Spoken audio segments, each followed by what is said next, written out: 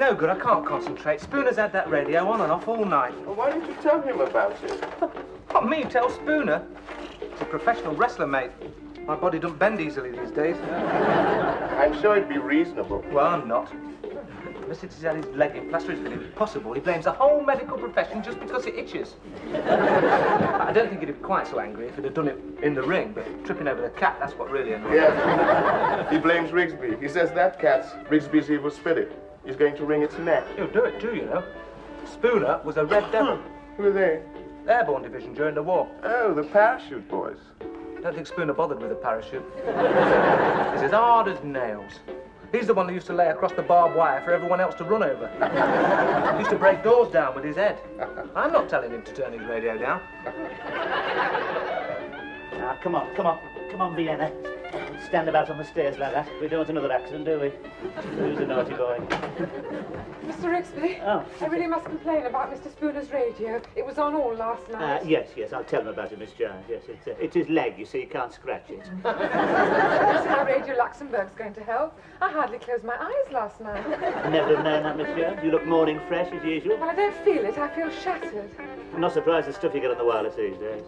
I mean, where have all the decent programmes gone to, eh? What happened to In Town Tonight? Sure, I don't know, Mr. Rigsby. That was before my time. And what about Uncle Mac, then? Good night, children, everywhere. Still brings a lump to the throat, eh? Well, if you could have a word with Mr. Spooner. No sooner said than done, Miss Giles. Thank you. And if you find you can't sleep, you knock on my door, all right? I don't sleep much myself, not since Anzio. I'll make a cup of tea, we can have a chat about the old days. Oh, well, Mr. Rigsby, I don't think our old days are quite the same. In fact, I have very few old days. Go on, Vienna. Go on, off you go. Go on. I don't think Uncle Spooner wants to see you at the moment. I don't think he'd have your tripes out. Yes. What do you want? Oh, hello, Spooner. How you feeling? I'll give you 3 guesses, Rigby. Does it hurt? Hurt? Of course it hurts. What do you think it's doing? Throbbing like mad. All I can do is sit here staring at the goldfish. Oh, yeah. Funny pets, goldfish. They don't trip you up on the stairs, though, do they? Oh, well, never mind. Hey, that throbbing's a good sign, eh? Shows it's getting better. Eh? Back in the ring in no time, eh, Spooner? Do you want me to autograph it? Hey? Your leg. No, they do that in hospital. It provides a bit of amusement. You touch that leg, Rigsby, and I'll provide you with a bit of amusement. Well, if you're not bearing a grievance, Spooner, I mean, you can't blame me and you can't blame Vienna. It's not his fault you didn't see him. I can't put lights on him, can I? And, I know he feels sorry for you. He likes you, Spooner. That's why he rubbed against your legs. Oh, he rubbed against my legs, all right. And I brought him up to see you, and you know his fur gets up your nose. Anyway, as long as you don't bear him any ill will. Do you know what I'm going to do, Rigsby, when I get out of this plaster? No. I'm going to get hold of that flea-ridden monster and wring his scruffy neck. And then you know what I'm going to do? I'm going to beat you to death with a carcass. Hey, now listen, I wouldn't touch Vienna if I were you, mate. Anything happens to him, what about his little friends, eh? Where will they go? It'll be after you. All 30,000 of them, you know the sound of marching feet, then, Spoon.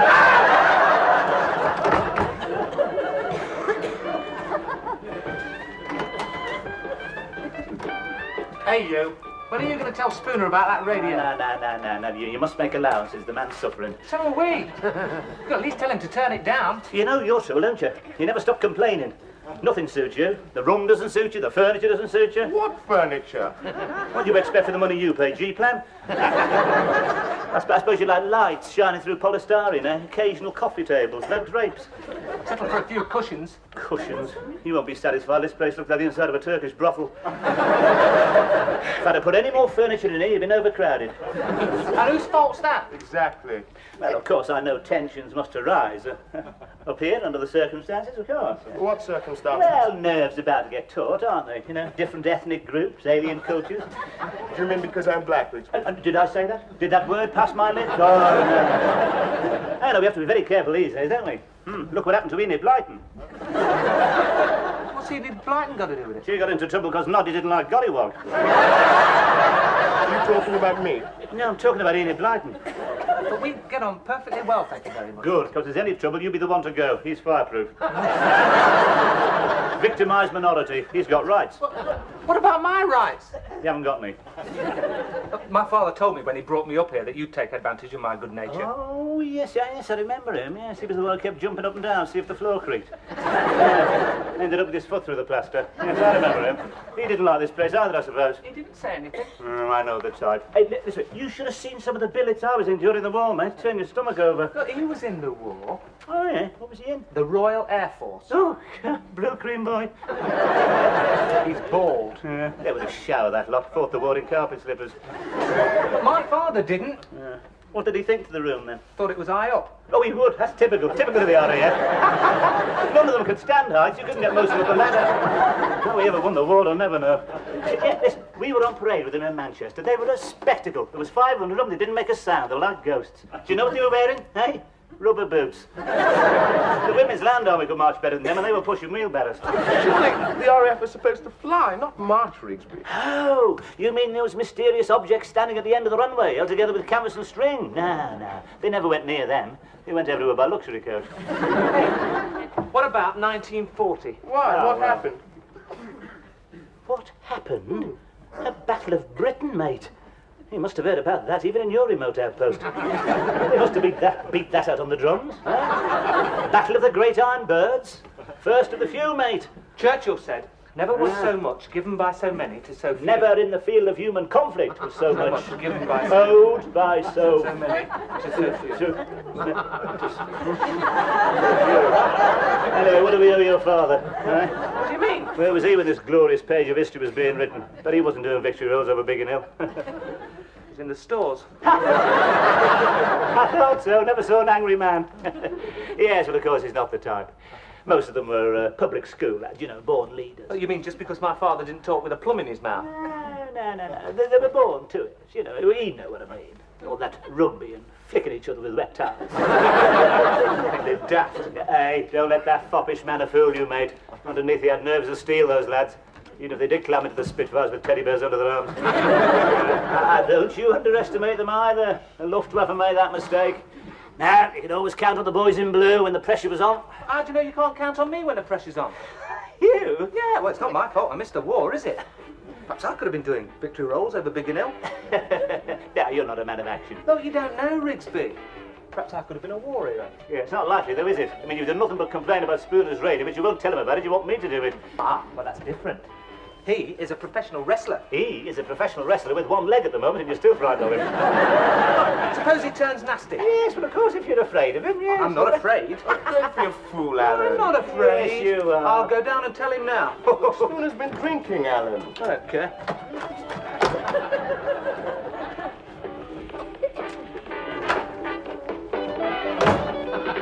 Hello, Spooner. What do you want? How's your leg? I've been looking at it. I think they've turned it the wrong way. I'll end up walking like a penguin. Right, I shouldn't worry about it, Spooner. They know what they're doing. Spooner, about that transistor. What about it? Can I borrow it? No.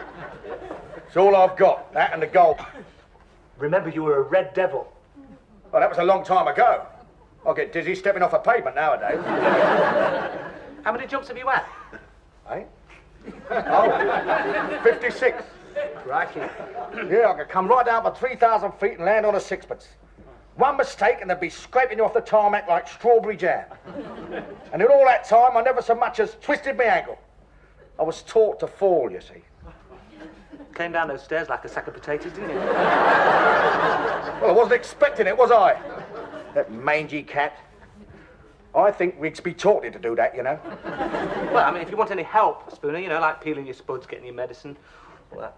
Yeah, well, thanks very much, Alan. You know, you're the only one round here that's shown any sympathy.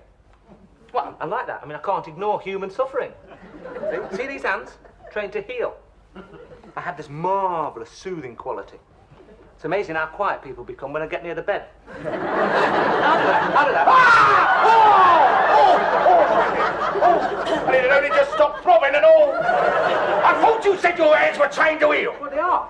Well, these hands have been trained to kill. Now get out of here before I start using them. Look at this, Spooner. 15 stone wrestler, you're behaving like a baby. You know what you are? Hey, you know what you are? A fake. A fake? Yeah. I always thought wrestling was fixed. Oh. What happened? Can't hear anything, can you? What do you mean you told him? You're very pale. Usually am when I'm angry. Oh, I don't believe it. Don't let this foppish manner fool you, Rigsby. Underneath there are nerves of steel. I could have been up there. Over the Weald of Kent. A couple of 109s before breakfast. I looked him straight in the eye and told him it was a fake. You said that to Spooner? I can't believe it. Did you really say that? Yep. I didn't know you had the nerve. Ah. It's at times like this, Philip, when we realise what we're really made of. What's that? It's Spooner. He's coming for me. It stopped. Oh, don't let him get me, Philip. Don't let him get me.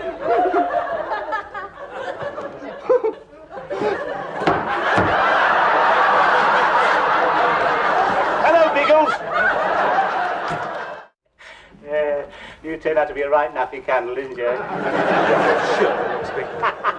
Well, you're not surprised.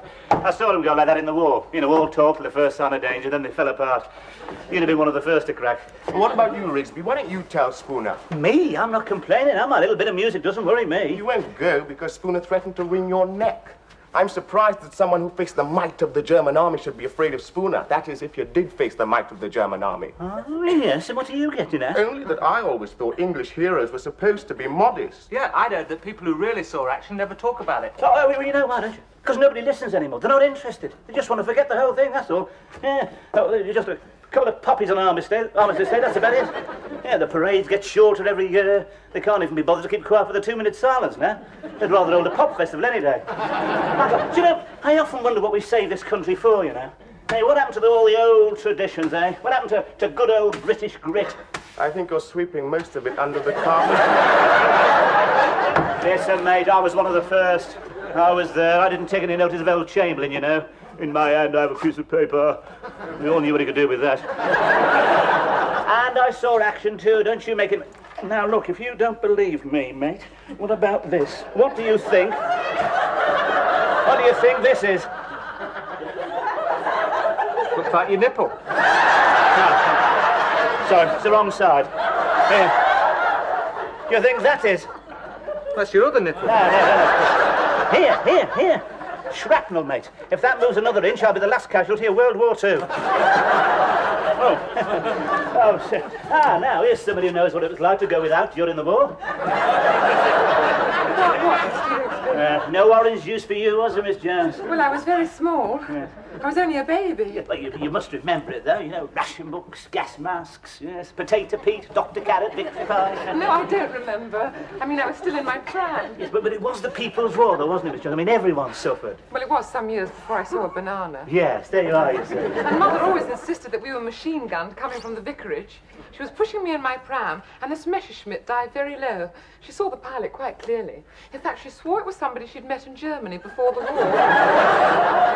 What she must have said to him to make him go to those lengths, I can't imagine. There you are. What do you think of that, eh? Miss Jones even defied the Luftwaffe from her pram. That's what it was like in those days, mate. Blood, sweat, tears, sacrifice. You lot don't know you're born. Well, it's not my fault I was born too late, is it? I mean, I could have made sacrifices. You make so... You fly into a tantrum if you have to go without your puffed rice. Sacrifice? You couldn't have made so. Your hair's too long. You eat too many sticky sweets. No, you know your trouble? You never did your national service. So what? So what? You could have seen the world, lad. Could have had your own Bren gun carrier at 18, a good bunch of mates. You wouldn't have been frightened of Spooner. Oh, that's what I really came up about. We really must do something about Mr. Spooner. Oh, yes. It was no good asking him, Miss Jones. He came back terrified. I wouldn't say that. He's right, Philip. Of course I'm right. Who has to get the spiders out the bath for him? I do. It's true. Okay, I'm a physical coward. I don't mind admitting it. It's the same when I was at home. All the dogs in the street used to bark at me. Even ours. There are different kinds of courage, Alan. I mean, we wouldn't like to go into a ward full of smallpox. Neither would I. It was all a long time ago. You don't want to listen to Rigsby's stories. I mean, how do we know what really happened? I beg you, are you calling me a liar? All I'm saying is that the memory can sometimes play tricks. We see whose memory can play tricks, mate. Just you wait here a minute. Just you wait a minute. Now we're in for it. What do you mean? He'll be bringing up his burnished shell cases. And his letter from Monty. He'll be fighting World War II all over the house again, shouting at us in German and kicking the door down and telling us all those ridiculous stories. How he knocked out a German machine gun nest with an empty beer bottle. He never shuts up about it all. Now then, I'll show you a thing or two. What's that? Yes, evidence, mate. Mementos of 5 years of conflict. Well, I can't stay, Mr. Rigsby. I really only came up to complain about Mr. Spooner. Yes, of course, Major. Yes, I'm getting round to it. You know how hasty he can be. Spooner was a red devil. But were they on our side? We were never quite certain. But I'll certainly tell him, Monsieur. After all, I know it is my job. Would you, Mr. Rigsby? I'd be very grateful. You going? Excuse me. Philip, can we come outside for a moment? My front tire needs pumping up. It's gone flat again.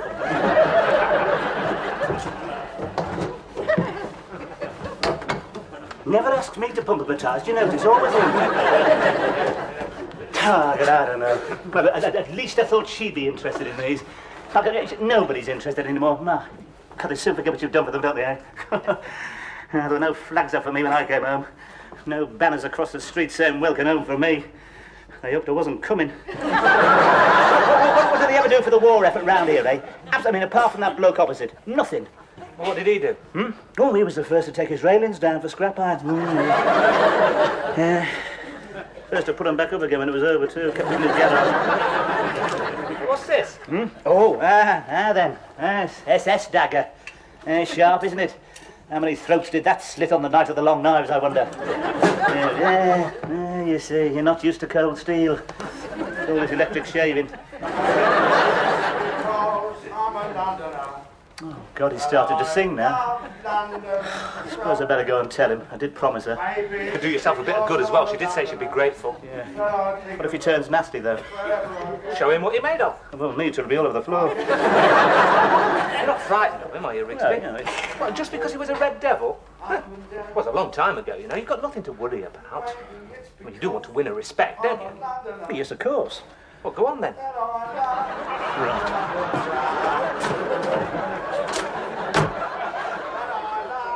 London town. Get off me Baron, and I love London town. Spooner, you know you can hear your voice all along the hall. What about it? You know, fantastic the way it carries, you know. I thought you'd come in to complain about it. Complain? No, of course not, Spooner. What gave you that idea? Last fella that complained about it, I snapped him like a twig. Like a twig, eh, Spooner? He said I sang flat. You don't think I sing flat, do you, Rigsby? No, spot on. You've got a lovely voice. I'm glad about that, because I'm in a nasty mood. When I'm in a nasty mood, I'm inclined to do nasty things. Like tying people up in knots. You could see parts of your body you never knew existed. No, please, Spooner. I saw action, you know. I've seen as much action as you have, mate. Where were you when the bullets were flying? Floating around the heavens like a bloody mushroom. And don't let me have to tell you again. That's the last time, all right? Now, you keep that radio down, because you don't frighten me, Spooner. I don't know the meaning of the word, all right?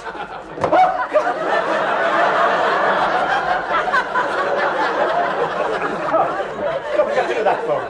It took me back years. That you frightened the life out of me. Where'd you get it? That came off a dead German, that. Hey, but where did you get that from? Out the case. I'd almost forgotten about that. That's my old captain's 45, that, you know. Is it loaded? Is it? Of course it's not loaded. You don't leave guns lying around loaded. Don't you know anything? Oh, where's your hands? Don't point that at me. Well, you said it wasn't You loaded. don't point guns at people. That's the first rule. all How right? did we win the war then? God. Handle these things with respect, mate. Look at that action, eh? It's as smooth as the day it was made. Look at that.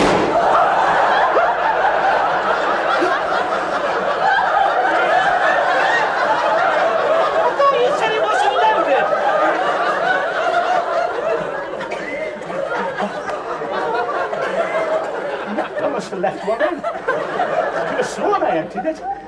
Point is, where's it gone? Follow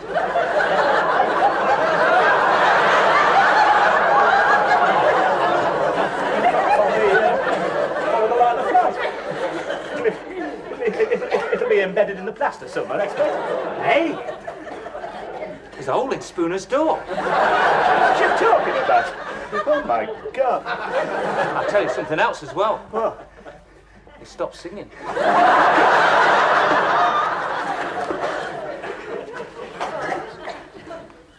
Spooner. Spooner. Hey. Hey. Spoon.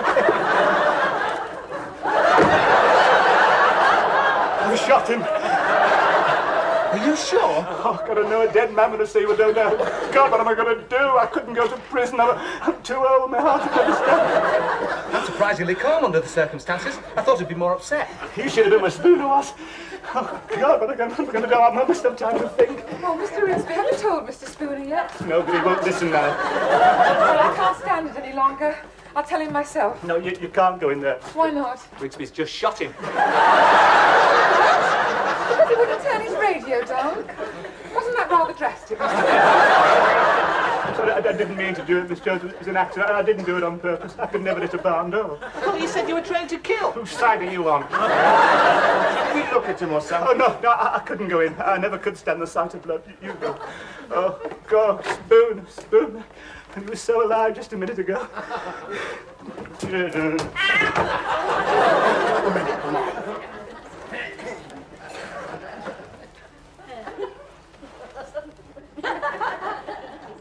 Hey, wait a minute. It's a faint pulse.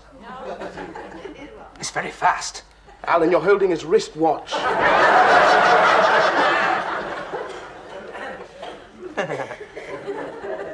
Oh, I can't find it. Have you got a mirror? This is no time to be thinking about your appearance, Alan. Poor Mr. Spooner, we were so unkind to him. Can't you do anything? It's too late now. Death has cheated me again. Poor old Spooner.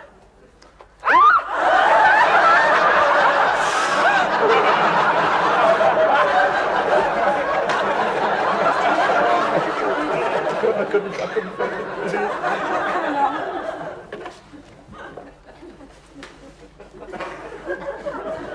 Oh, my God. Oh, Spoon. He doesn't look too bad under the circumstances. Spoon, I'm sorry. I didn't mean it was an accident. I didn't do it on purpose. I promise I'll never do it again. Spoon, what can I say? Say one last word. Can you ever forgive me, Spooner? No, I can't, Rigsby! I've been trying to get to sleep for 2 days, and when I finally manage it, you're whispering in my ear or shooting bullets through the door! You rotten sod! You could have given me a heart attack. I've aged 10 years. Come on, Rigsby. I thought I'd never smile again. That's the biggest laugh I've had since I tripped over the cat. What's the matter, Rigsby? Where's your sense of humour? Can't you see the funny side of it? No, I cannot. Where'd the bullets end up then, eh? Hey, that's a point. Oh, your poor little goldfish. What? On the carpet, Mr. Spooner.